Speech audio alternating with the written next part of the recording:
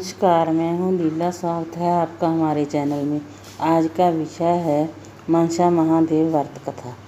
अब शुरू करते हैं। एक समय की बात है, तरह तरह के फल फूल से सुगंधित सुंदर सुंदर जड़ी बूटियों से शोभायमान कैलाश पर्वत पर विराजमान माँ पार्वती भगवान शंकर जी से बोले, आज हम मन बहलाने के लिए चौसर खेलें। भगवान शिव बोले, चौसर खेलने में बेईमानी बहुत है, हार जीत का पता नहीं चलता, हार जीत का निर्णय नहीं हो पाता, इसलिए तीसरा कोई होना चाहिए जो हार जीत का फैसला कर सके। ऐसा सुनकर पार्वती जी ने अपने शरीर से मैल उतारा और मानव रूप एक पुतला बनाया। उसमें जान डालकर उसका नाम अंगद रखा है। हे पुत्र, तुम हम दोनों की हार जीत का फैसला करना। ऐसा बोलकर महादेव और माँ पार्वती जी ने पासा फेंका और पुत्र से पूछा, कौन हारा कौन जीता। पुत्र ने कहा, महादेव जी जीते और पार्वती जी हारे। दूसरी बार फिर पासा फेंका और फिर पूछा, पुत्र बोले, भगवान शंकर जीत गए और पार्वती जी हारे। तीसरी बार फिर पार्वती जी ने पासा फेंका और पुत्र से पूछा, कौन हारा कौन जीता। अब की बार जीते तो माँ पार्वती थी। यदि कहूँ भगवान शिव जी हारे, मुझे श्राप दे देंगे। पुत्र ने कहा, महादेव जी जीत गए और पार्वती जी हार गई। ये सुनकर क्रोधित होकर पार्वती जी ने पुत्र को श्राप दे दिया कि जा तुम कोढ़ी हो जा। श्राप सुनकर भयभीत होकर उठकर चल पड़ा। चलते चलते उसने देखा एक भयानक जंगल आया। उसने देखा कि 12 कोस की दूरी पर एक बहुत बड़ा तालाब है। उसके आसपास बहुत ही बड़े पीपल और बड़ के दरख्त हैं। उसने देखा कि पीपल के नीचे इंद्र स्त्री इंद्रानी और ब्राह्मण की स्त्री ब्राह्मणी देवताओं की स्त्रियों के साथ मिलकर कोई व्रत पूजा कर रहे हैं। व्रत करती हुई स्त्रियों को देखकर पूछा कि ये आप कौन सा व्रत कर रही हैं। देव स्त्रियां बोली, सब मनसा वाचा महादेव का व्रत कर रही हैं। इस व्रत से क्या फल मिलेगा। इस व्रत से मन की सभी मनोकामनाएं पूर्ण होंगी। ये सुनकर अंगद जी ने कहा कि मैं भी ये व्रत करूँगा। उसने किसी से सुपारी किसी से चावल पूजा का सामान लेकर व्रत शुरू कर दिया।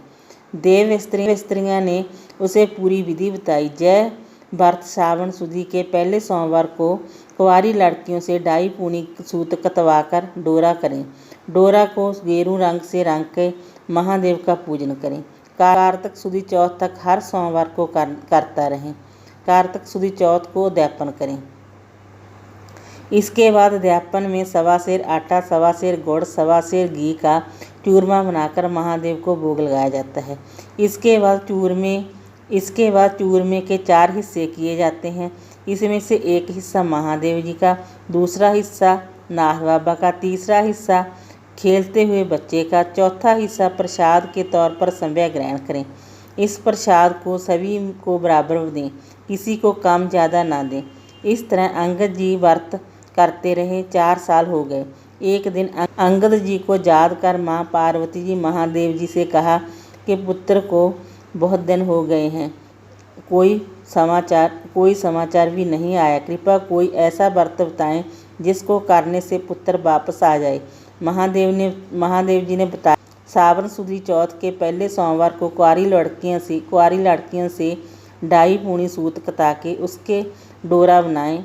डोरे को गेरू रंग से रंग के हर सोमवार को मेरा यानी कि महादेव का पूजन करें। कार्तिक सुदी चौथ को उद्यापन करें।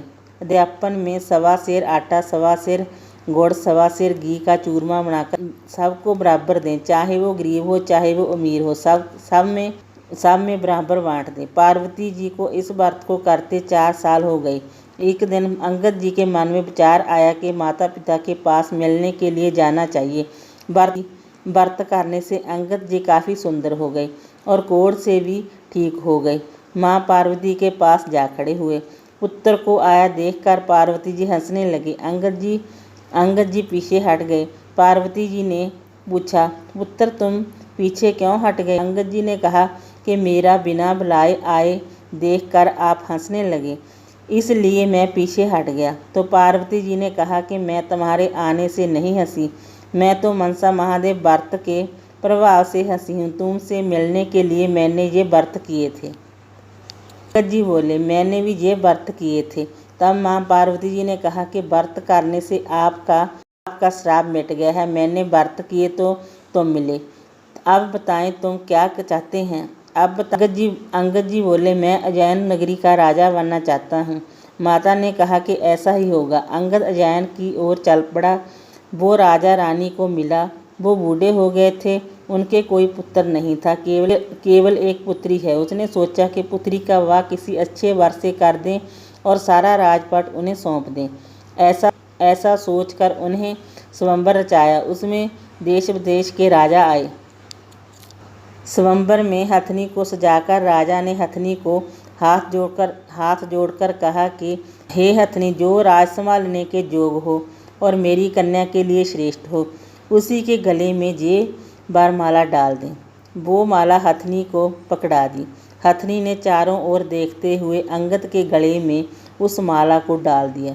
सबने कहा कि हथनी चूक गई। हथनी को दोबारा सजाकर फिर माला पकड़ा दी। अंगद जी को पहले ही बाहर निकाल दिया गया, परंतु हथनी ने घूम फिर कर फिर अंगद जी के गले में माला डाल दी। फिर सबने कहा कि हथनी ने हट कर ली है। हथनी को तीसरी बार फिर सजाया गया, फिर माला पकड़ा दी गई। हाथ जोड़कर निवेदन किया कि हे गजराज, तू देवता स्वरूप है, राजकुमारी और राज संभालने के योग हो, उसे के गले में माला डाल दें। तीसरी बार भी हथनी ने चारों ओर घूम फिरकर बाहर निकलकर माला अंगद जी के गले में डाल दी।